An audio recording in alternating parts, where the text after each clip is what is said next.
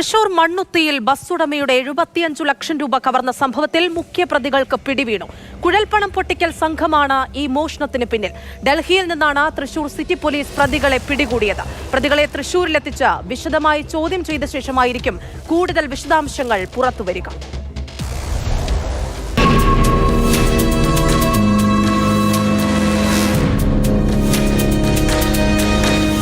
എടപ്പാൾ സ്വദേശിയായ മുബാറക്ക് 75 ലക്ഷം രൂപയടങ്ങുന്ന ബാഗുമായി ഇക്കഴിഞ്ഞ ശനിയാഴ്ചയായിരുന്നു മണ്ണുത്തിയിൽ എത്തിയത്.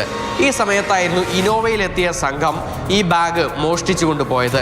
എന്നാൽ ഈ സംഘത്തെ ഡൽഹിയിൽ നിന്ന് ഇപ്പോൾ പോലീസ് പിടികൂടിയിരിക്കുകയാണ്.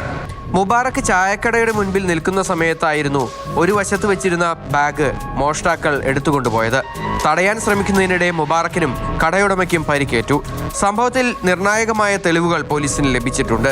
കുഴൽപ്പണം തട്ടിയെടുക്കുന്ന സംഘമാണ് ഇതിന് പിന്നിലെന്നാണ് പ്രാഥമിക നിഗമനം. സംഭവത്തിന് ശേഷം ഇന്നോവ കാറിൽ 5 പേരടങ്ങുന്ന സംഘം രക്ഷപ്പെടുകയായിരുന്നു. പ്രധാന പ്രതി എറണാകുളം സ്വദേശിയാണ്. ഇയാൾ പിന്നീട് ഡൽഹിയിലേക്ക് മുങ്ങി. ഇയാളടക്കം 3 പേരെ നിലവിൽ പോലീസ് കസ്റ്റഡിയിലെടുത്തിട്ടുണ്ട്. ഇനി 2 പേരെ കൂടി കണ്ടെത്താനുണ്ട്.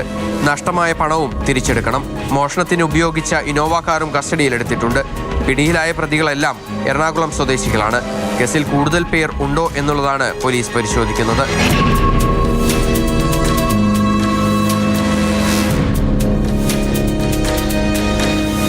മാതൃഭൂമി ന്യൂസ്, തൃശൂർ.